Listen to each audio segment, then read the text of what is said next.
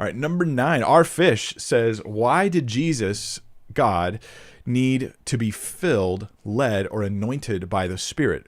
Troubled by some saying that Jesus did everything as a man through the Spirit, so we should be able to do everything Jesus did.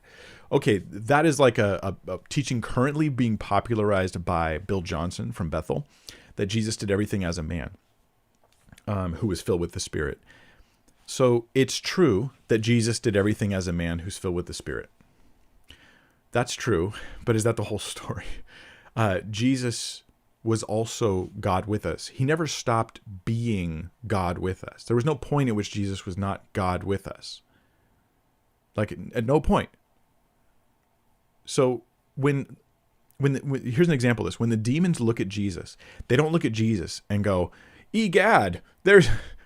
Did they say egad? Egad, there's a man who's filled with the Spirit. They were in horror because they knew who Jesus was, because he wasn't just a man filled with the Spirit, right? He is the Lord of all creation, come to the earth in human form, but he's still God. And this brought terror to the demons when they see him and they fall down. They're like, "Oh, Lord, Lord, Lord, don't torment us before the time." They're not responding as though it's just to a man filled with the Spirit. They're responding because it's Jesus. You get what I'm saying? Is Jesus' identity never stopped being God. He wasn't just a man filled with the Spirit. He was a man filled with the Spirit, and that's important. But what I don't want to do is take the two natures of Christ, human and divine, and split them apart.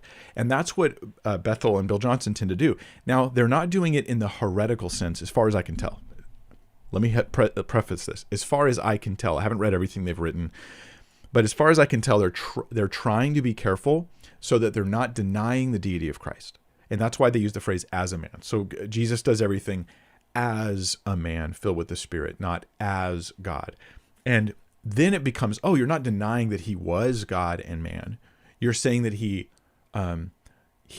operated as a man filled with the Spirit so that we could, and this is the important part to Bethel, okay? Don't think it's about Jesus theology. It's really about you. So that you can do all the same miracles Jesus did and expect even more in your life right now today.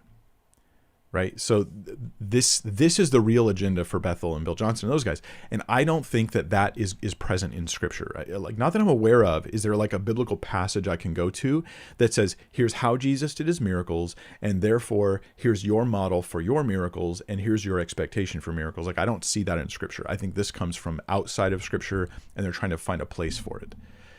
So that being said, my response to this is not to deny that Jesus was anointed, led, and filled by the Spirit. I don't deny that. My response is to not isolate that from the fact that he's also God with us. I just don't want to isolate it. So I don't swallow the teaching there that I hear from Bethel and Bill Johnson and those guys.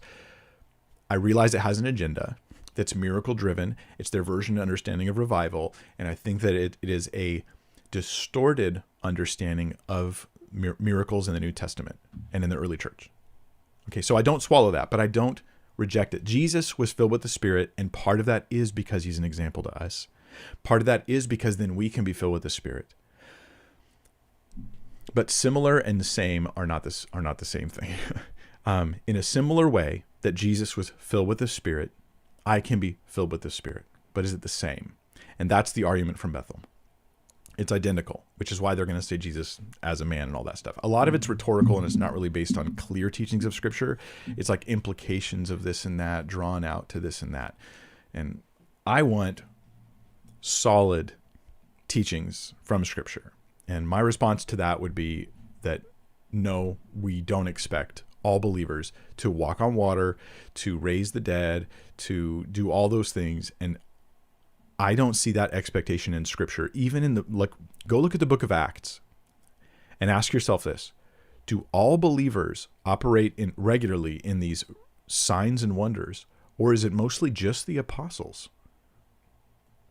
You're going to find it's mostly just the apostles, and it's to establish the doctrines of the Christian faith. Now, I'm not a cessationist, but to realize there is at least a highlight of these miraculous things happening among a certain group of people who went extinct in the first century and were never replaced by others. There's no apostolic succession. There's just elders and stuff who come in afterwards.